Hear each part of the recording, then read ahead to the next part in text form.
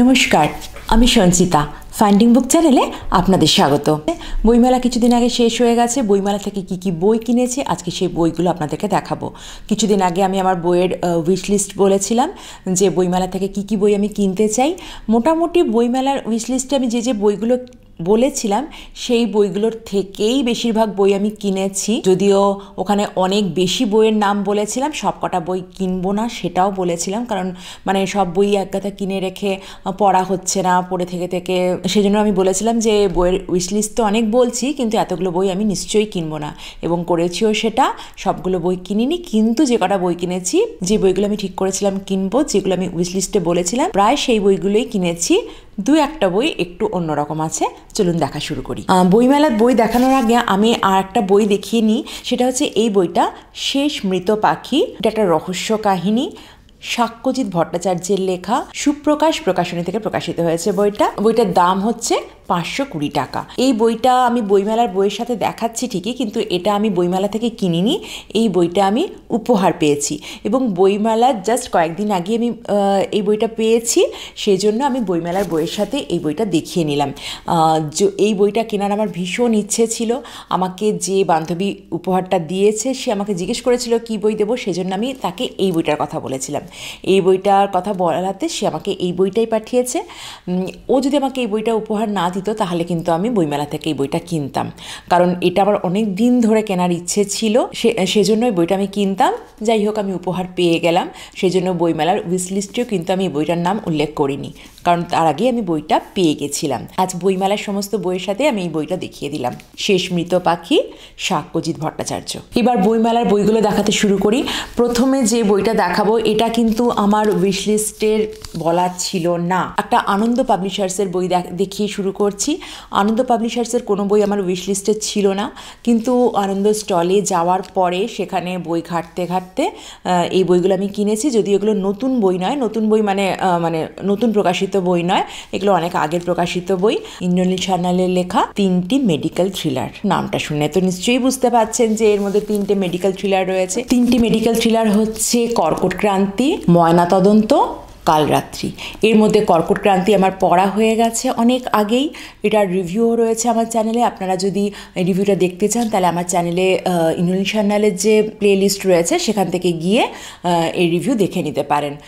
কারণ আমি অনেক দিন বহুবার বলেছি অনেক ভিডিওতে যে ইন্দ্রনীল সান্যালের লেখা মেডিকেল থ্রিলার পড়তে আমার ভীষণ ভালো লাগে, তো সেই জন্যই এই মেডিকেল থ্রিলার কেনা। তো কর্কটক্রান্তি আমার পড়া, কিন্তু তাও বাকি যে ময়নাতদন্ত আর কালরাত্রি একসাথে একটা বইয়ের মধ্যে পেয়ে গেলাম, সেই জন্য এই বইটা কিনেছি ইন্দ্রনীল সান্যালের আনন্দ থেকে। বইটার দাম হচ্ছে 650 টাকা। আনন্দ পাবলিশার্স থেকে আরেকটা বই কিনেছি, সেটাও দেখিয়ে নিই।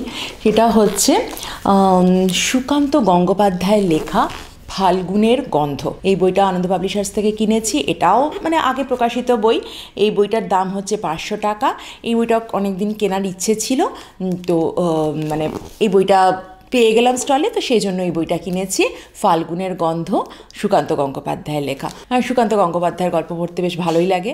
এর আগে ওনার লেখা অনেক বই পড়েছি, অনেকগুলো বইয়ের রিভিউ আছে আমার চ্যানেলে। ওনার প্লে লিস্টে গেলে আপনারা পেয়ে যাবেন সেই রিভিউগুলো। তো এই বইটাও কিনলাম, ফাল্গুনের গন্ধ, সুকান্ত গঙ্গোপাধ্যায়ের লেখা। এই বই দুটো আমি দেখে নিলাম আগে। এই দুটো কিন্তু আমার উইশ লিস্টে ছিল না।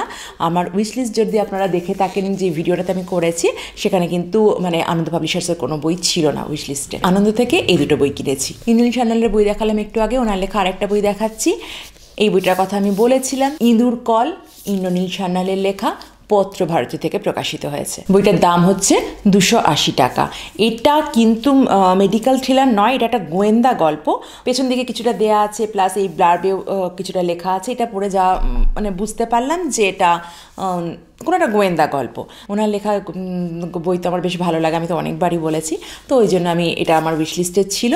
ইঁদুর কল, ইন্দ্রনীল সান্যালের লেখা। পত্রভারতীর কিন্তু আরও কয়েকটা বই ছিল আমার উইশ লিস্টে, সেগুলো আমি কিনিনি, ওই একটা বই কিনেছি পত্রভারতী থেকে। এরপরে দেখাচ্ছি সৌরভ মুখোপাধ্যায়ের লেখা এই বইটা, এই বইটার কথাও বলেছিলাম আমি আমার উইশ লিস্টে, 7টি উপন্যাস, সৌরভ মুখোপাধ্যায়। এটা অন্তরীপ পাবলিকেশন থেকে প্রকাশিত হয়েছে। বইটার মুদ্রিত মূল্য হচ্ছে 850 টাকা। এর মধ্যে যে যে উপন্যাসগুলো আছে, যে পেছন দিকে দেয়া আছে, গ্রন্থি, আধার নদী, সংক্রান্তি, সাপলুডো, জীবন অথবা, সোনালী মেঘ, রূপলি ছায়া, অপর, এইগুলো রয়েছে।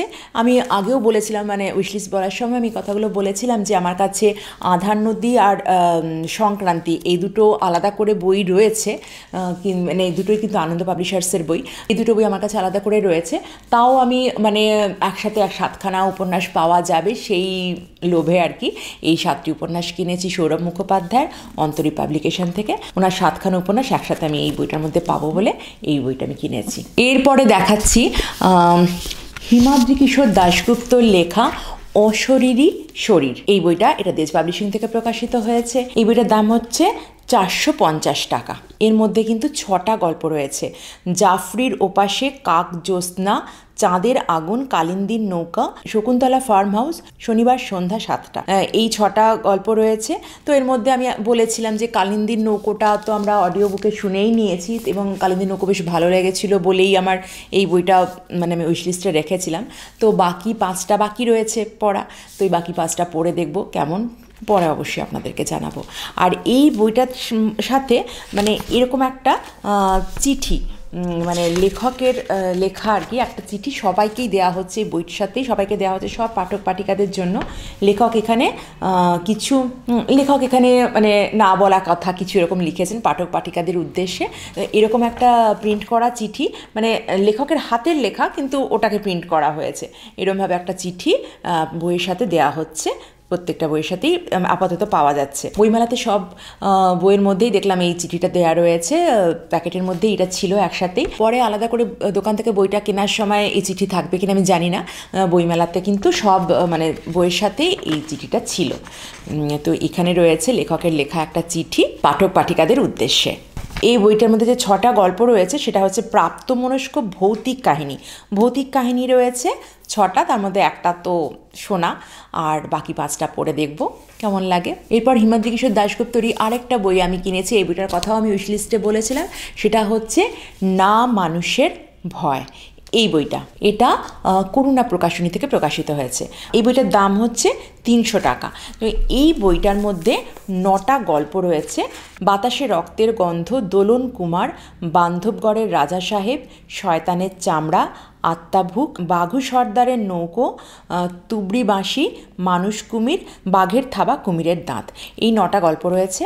তো এই গল্পগুলো ওই সবই ওই না মানুষদেরকে নিয়ে। আমি বলেছিলাম উইশ লিস্ট বলার সময় যে না মানুষ মানে ওই কোনো পশু পাখি পতঙ্গ, মানে এদেরকে নিয়ে, মানুষ নয়, এদেরকে নিয়ে যে সমস্ত ভয়ের গল্প আছে সেইগুলো এখানে তার সংকলন।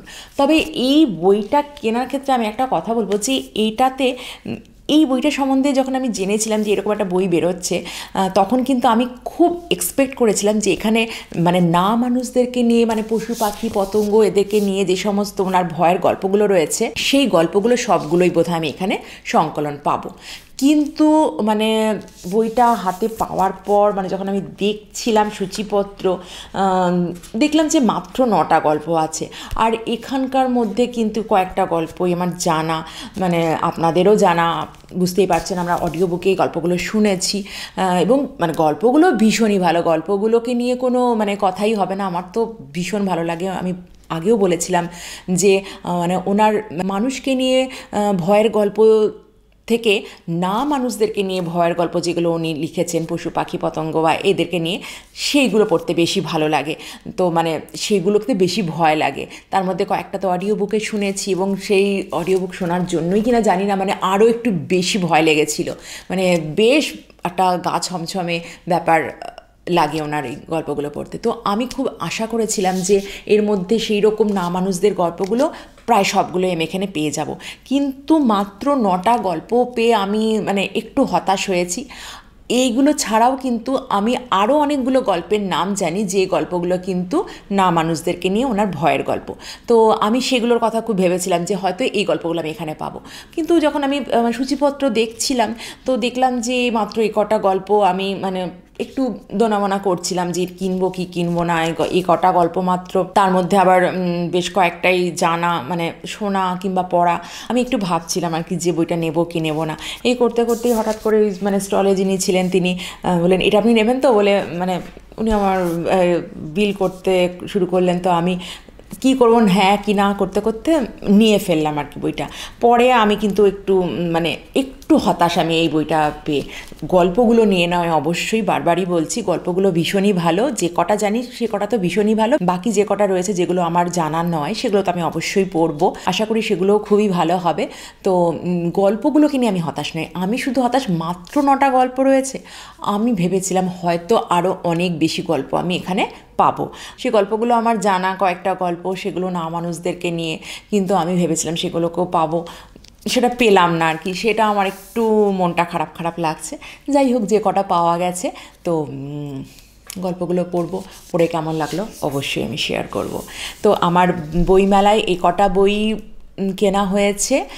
খুব বেশি বই আমি কিনিনি, ইচ্ছে করেই কিনিনি। উইশ লিস্টে আমি অনেকগুলো বইয়ের কথা বলেছিলাম, তাও আমি মানে সে কটা বই কিনিনি। কেন কিনিনি সেটাও আমি বলেছিলাম, যে অনেকগুলো বই কেনা হয়ে যায় তারপরে সেগুলো পড়া হয় না।